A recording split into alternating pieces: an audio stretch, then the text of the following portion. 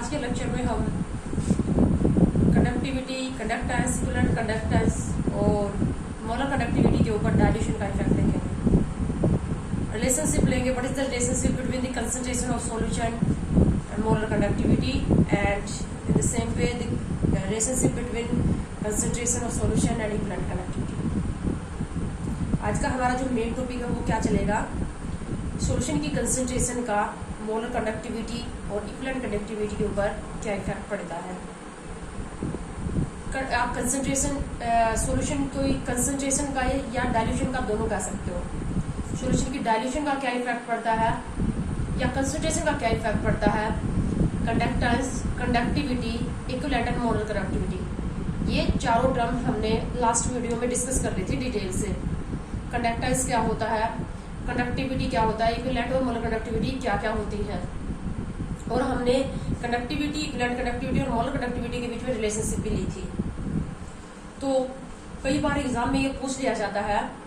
आपको एक बात याद रखनी है कि जब भी आप किसी भी सॉल्यूशन को डाइल्यूट करोगे, जस्ट सॉल्वेंट ऐड करके सॉल्यूशन को डाइल्यूट करोगे, तो जैसे जैसे डाइल्यूट करते जाओगे यानी कि कंसंट्रेशन कम करते जाओगे, तो क्या होगा, सिर्फ जो कंडक्टिविटी है, कंडक्टिविटी का ही दूसरा नाम क्या है, स्पेसिफिक कंडक्टेंस, जिसको हम कापा से रिप्रेजेंट करते हैं।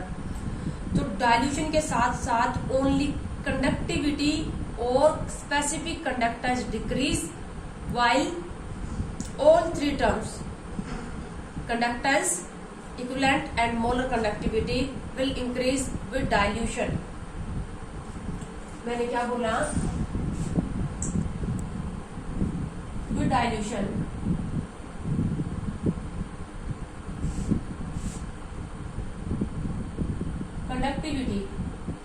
कंडक्टिविटी को हम रिप्रेजेंट करते हैं कापा से, ये होगा decrease with dilution. Only conductivity decrease while conductance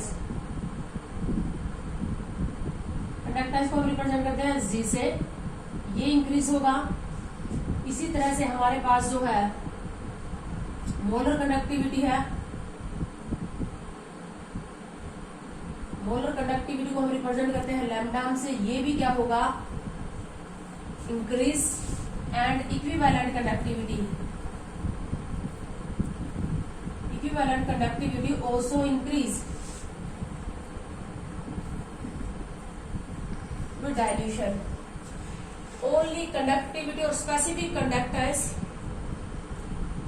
decrease with dilution.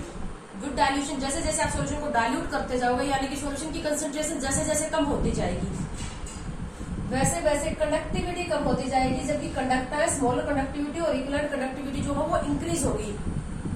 अब चाहे सॉल्यूशन वीक इलेक्ट्रोलाइट का हो या स्ट्रॉन्ग इलेक्ट्रोलाइट का।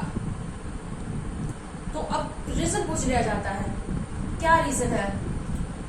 हम इसका रिवर्स भी कर सकते हैं। अगर हम सॉल्यूशन को कंसंट्रेटेड करते जाएं, सॉल्यूशन को मोर एंड मोर कंसंट्रेटेड करते जाएं, तो रिवर्स इफेक्ट आ जाएगा ना।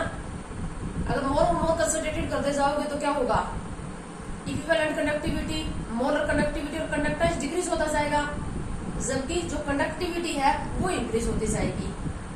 तो किसी भी तरीके से बोल लो, अगर डाइल्यूट करते जाओगे तो इक्विवेलेंट, मोलर और कंडक्टेंस जो होंगे वो तो होंगे इंक्रीज, और कंडक्टिविटी होगी डिक्रीज, एंड वाइस वर्सा। तो क्या कारण है, सबसे पहले हम ले लेते हैं why conductivity decrease with dilution. जो कंडक्टिविटी है, मैंने आपको लास्ट वीडियो में कंडक्टिविटी की डेफिनेशन करवाई थी। तो कंडक्टिविटी को हम डिफाइन कैसे करते हैं, एक यूनिट वॉल्यूम सॉल्यूशन का जो कंडक्टेंस होता है, यानी कि इसमें क्या होता है, जो वॉल्यूम होता है सॉल्यूशन का वो स्पेसिफिक होता है, फिक्स होता है। कोई भी यूनिट वॉल्यूम लेंगे, जैसे हमने 1 ml ले लिया या 1 लीटर ले लिया, तो वहां से एक यूनिट वॉल्यूम हम पिक करेंगे, और उस यूनिट वॉल्यूम का जो कंडक्टेंस होगा वो क्या होगा, कंडक्टिविटी। अब जैसे तुम्हारे पास कोई कंसंट्रेटेड सॉल्यूशन है, सपोज करो यहाँ पर इस बीकर के अंदर हमारे पास क्या है, 1 लीटर सॉल्यूशन है। अब हमने क्या किया, इसको डाइल्यूट कर दिया, और इसमें हमारे पास क्या पड़ा हुआ है, 1 मोल इलेक्ट्रोलाइट पड़ा हुआ है। कोई भी 1 मोल इलेक्ट्रोलाइट इसमें है। अब हमने क्या किया, इसमें वाटर ऐड किया, और वाटर ऐड करके इसको टोटल हमने 5 लीटर बना दिया। अभी हमारे पास हो गया 5 लीटर सॉल्यूशन। अभी भी इसमें इलेक्ट्रोलाइट कितना 1 मोल, क्योंकि हमने डाइल्यूशन में सिर्फ किसका एडिशन किया, वाटर का। यहाँ पर दोनों केस हो सकते हैं, स्ट्रॉन्ग का भी हो सकता है और वीक का भी हो सकता है। मैं दोनों को अलग अलग समझाऊंगी। अब देखो यहाँ पर तो 1 लीटर में 1 मोल इलेक्ट्रोलाइट थे और यहाँ पर 5 लीटर में 1 मोल इलेक्ट्रोलाइट है। तो यहाँ से अब क्या करोगे, यहाँ से अगर तुम 1 लीटर पिक करोगे, इसमें से जो 1 लीटर उठाओगे, क्योंकि 1 लीटर एक यूनिट वॉल्यूम सॉल्यूशन का कंडक्टेंस निकालेंगे ना हम, वही कंडक्टिविटी होता है। तो यहाँ से ये जो डाइल्यूट सॉल्यूशन था, इसमें से 1 लीटर उठाओगे तुम, तो क्या इस 1 लीटर में 1 मोल इलेक्ट्रोलाइट प्रेजेंट है? 5 लीटर में 1 मोल इलेक्ट्रोलाइट है, तो 1 लीटर में जो होगा वो 1 मोल से कम इलेक्ट्रोलाइट होगा ना। और आयंस भी फिर सपोज करो ये स्ट्रॉन्ग है, ये पूरी तरह से आयनाइज हो गया, तो यहाँ पर क्या है, इसमें जो आयन है इसका 1 लीटर देखो और इसका 1 लीटर, इस कंसंट्रेटेड सॉल्यूशन का 1 लीटर और इस डाइल्यूट सॉल्यूशन के 1 लीटर में आयंस का कंपैरिजन करो, किसमें आयन ज्यादा है? इसके 1 लीटर में आयन ज्यादा है। इसमें तो 1 लीटर में 1 मोल इलेक्ट्रोलाइट के आयन पड़े हुए हैं और इसमें 5 लीटर में 1 मोल है, तो यहाँ से 1 लीटर उठाओगे ना। टोटल सॉल्यूशन का कंडक्टेंस नहीं देख रहे हम, एक यूनिट वॉल्यूम सॉल्यूशन का कंडक्टेंस, ये क्या कहलाता है, कंडक्टिविटी। तो जब हम डाइल्यूट करेंगे तो कंडक्टिविटी जो होगी वो डिक्रीज क्यों होगी? रीजन क्या है? With dilution the number of ions in a unit volume decrease, number of ions which are current carrier are decrease per unit volume. जो आयंस है वही तो करंट कैरियर है, वही तो इलेक्ट्रिसिटी को कंडक्ट करते हैं, और डाइल्यूशन के साथ साथ एक यूनिट वॉल्यूम के अंदर नंबर ऑफ आयंस डिक्रीज हो जाएगी। नंबर ऑफ आयंस डिक्रीज हो जाएंगे तो कंडक्टिविटी भी क्या हो जाएगी, डिक्रीज हो जाएगी। जबकि कंडक्टेंस क्या है, कंडक्टेंस इस पूरे सॉल्यूशन का है। अब कंडक्टेंस क्यों इंक्रीज हो गया डाइल्यूशन के साथ साथ, और मोलर कंडक्टिविटी और इक्विवेलेंट कंडक्टिविटी क्यों इंक्रीज हो गई? क्योंकि इनके अंदर क्या होता है, यूनिट जो वॉल्यूम होता है वो स्पेसिफिक नहीं होता। एक तो हमारे पास इस सॉल्यूशन का कंडक्टेंस देखें हम, एक इस पूरे सॉल्यूशन का कंडक्टेंस देखें, तो अब यहाँ पर 2 केस बनेंगे। अगर ये पहला केस हमने लेते हैं, अगर इलेक्ट्रोलाइट हमारे पास स्ट्रॉन्ग है, स्ट्रॉन्ग इलेक्ट्रोलाइट, पहला केस सपोज करो ये हमारे पास हमने क्या ले रखा है, 1 लीटर सॉल्यूशन 1 मोल स्ट्रॉन्ग इलेक्ट्रोलाइट का ले रखा है। तो स्ट्रॉन्ग इलेक्ट्रोलाइट वो होता है जो 100% आयनाइज हो जाए, चाहे सॉल्यूशन कितना भी कंसंट्रेटेड हो। तो यहाँ पर इलेक्ट्रोलाइट स्ट्रॉन्ग है, तो इसमें भी 1 मोल इलेक्ट्रोलाइट पूरी तरह से आयनाइज होया हुआ है, कंप्लीट आयनाइज होया हुआ है। यहाँ पर भी कंप्लीट आयनाइज होया हुआ है। जितने आयन यहाँ पर है उतने ही आयन यहाँ पर है। फिर कंडक्टेंस क्यों इंक्रीज हो गया स्ट्रॉन्ग के केस में? यहाँ पर आयन जो थे, जैसे कि इलेक्ट्रोलाइट के अंदर आयंस क्या हो गया, ए भी टाइप का कोई इलेक्ट्रोलाइट है, तो यहाँ पर जो आयंस थे वो पास पास थे, ए पॉजिटिव बी नेगेटिव। यहाँ पर जो आयंस थे वो पास पास थे। आयंस दोनों के अंदर सेम है, क्योंकि केस किसका चल रहा है, स्ट्रॉन्ग इलेक्ट्रोलाइट का। स्ट्रॉन्ग इलेक्ट्रोलाइट 100% आयनाइज है, कंसंट्रेटेड है तब भी और डाइल्यूट है तब भी। लेकिन फिर भी यहाँ पर क्या हो रहा है, यहाँ पर जब सॉल्यूशन कंसंट्रेटेड था तो यहाँ पर आयंस क्लोज थे, और आयंस कैसे हैं, अपोजिटली चार्ज, तो उनके बीच में क्या है, इंट्रायनिक अट्रैक्शन।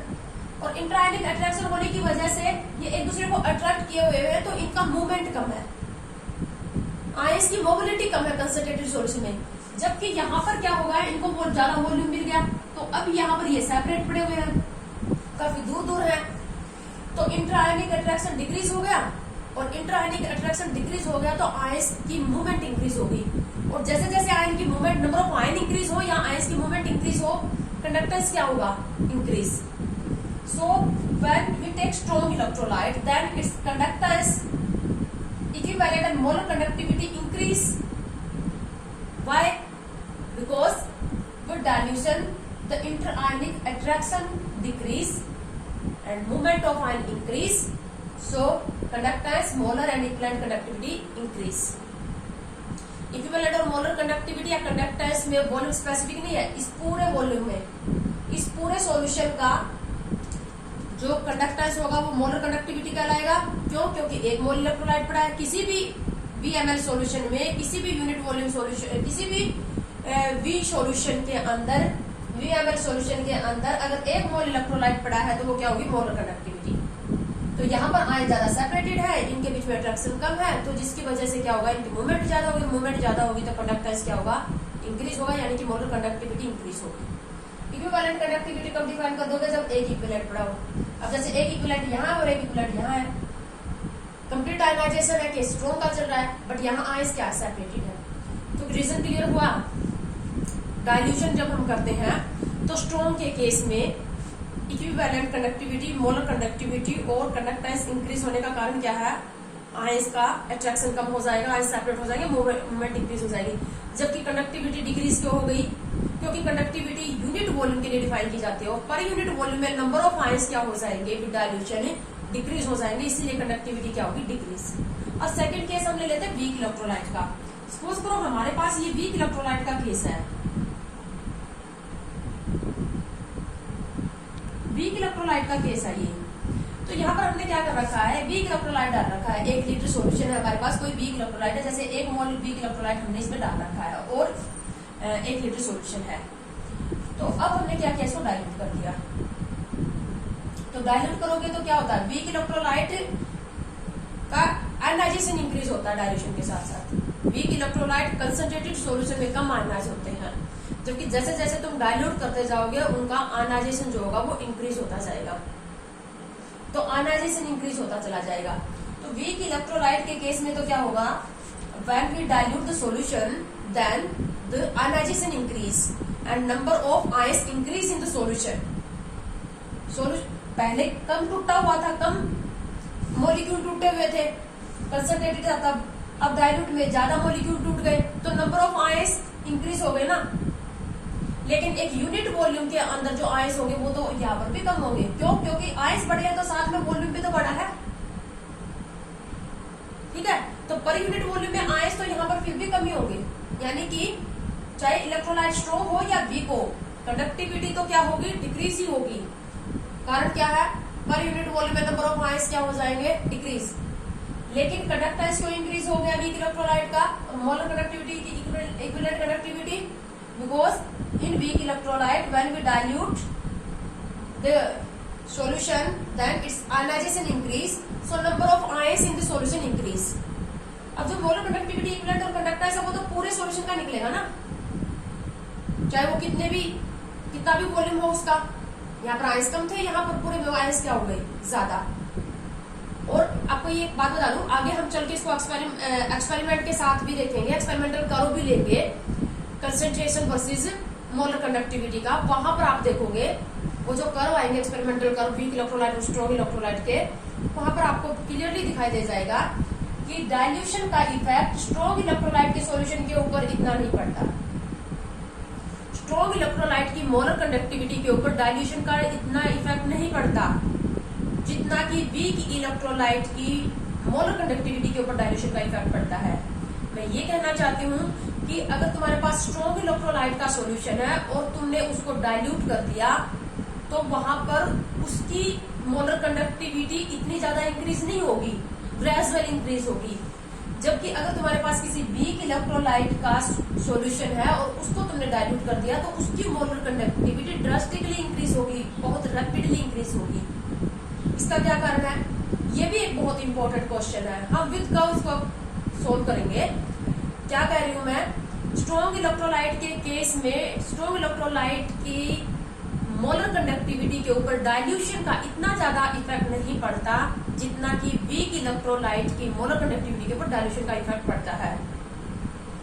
वीक इलेक्ट्रोलाइट के अगर को आप डाइल्यूट कर रहे हो वहां पर उसकी जो मोलर कंडक्टिविटी है वो ड्रास्टिकली इंक्रीज हो जाएगी, बहुत ज्यादा रेट के साथ इंक्रीज हो जाएगी। इसका कारण यहीं पर बता सकते हो तुम, वीक इलेक्ट्रोलाइट की मोलर कंडक्टिविटी डाइल्यूशन के साथ ज्यादा क्यों इंक्रीज हो रही है, जबकि स्ट्रॉन्ग इलेक्ट्रोलाइट की इंक्रीज तो दोनों की होगी लेकिन स्ट्रॉन्ग की कम होगी। क्या कारण है, क्योंकि स्ट्रॉन्ग इलेक्ट्रोलाइट का अगर तुम्हारे पास केस है तो वो तो डाइल्यूशन से सिर्फ क्या होगा, नंबर ऑफ आयंस तो इंक्रीज नहीं होंगे ना, क्योंकि स्ट्रॉन्ग तो यहाँ कंसंट्रेटेड था तब भी पूरी तरह से टूटा हुआ था, 100% आयनाइज था, इसमें भी 100% आयनाइज था। स्ट्रॉन्ग के केस में जितने आयन यहाँ कंसंट्रेटेड में थे उतने ही आयन डाइल्यूट में है, तो नंबर ऑफ आयंस इंक्रीज नहीं हुए। तो जो कंडक्टेंस इंक्रीज हुआ या मोलर कंडक्टिविटी इंक्रीज हुई है वो सिर्फ आयंस के मूवमेंट की वजह से इंक्रीज हुई है स्ट्रॉन्ग के केस में। जबकि वीक के केस में तो क्या हो गया, आयंस ही बढ़ गई। यहाँ पर आयनाइजेशन कम था कंसंट्रेटेड के जब था ये, और यहाँ आयनाइजेशन ज्यादा हो गया, तो नंबर ऑफ आयंस इंक्रीज हो गई।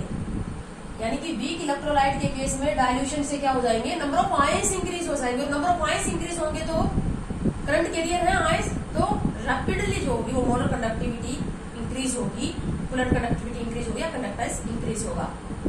इस क्वेश्चन को बाद में हम विद कर्व भी करेंगे। तो ये हमने क्या किया है, डाइल्यूशन का या सॉल्यूशन की कंसंट्रेशन का कंडक्टिविटी, इक्विवेलेंट, मोलर और कंडक्टेंस के ऊपर क्या इफेक्ट पड़ रहा है। सिर्फ कंडक्टिविटी विद डाइल्यूशन क्या हो रही है, डिक्रीज, और रिमेनिंग कंडक्टेंस, इक्विवेलेंट कंडक्टिविटी और मोलर कंडक्टिविटी क्या हो रही है, इंक्रीज। और वाइस वर्सा कह सकते हो, अगर हम सॉल्यूशन को कंसंट्रेटेड करते जाए, सॉल्यूशन की कंसंट्रेशन को इंक्रीज करते जाए, तो सॉल्यूशन की कंसंट्रेशन को इंक्रीज करोगे तो यूनिट वॉल्यूम में नंबर ऑफ आयंस क्या होते जाएंगे, इंक्रीज, तो कंडक्टिविटी इंक्रीज होगी, रिमेनिंग टर्म्स क्या होगी, डिक्रीज होगी। इस वीडियो में बेटा हम इतना ही करेंगे। नेक्स्ट वीडियो में पढ़ेंगे हम सॉल्यूशन की कंसंट्रेशन और मोलर कंडक्टिविटी के बीच में रिलेशनशिप और एक्सपेरिमेंटल जो कर्व आएगा, और इसी के साथ जो हक्कल इक्वेशन वगैरह जो हम नेक्स्ट वीडियो में पढ़ेंगे।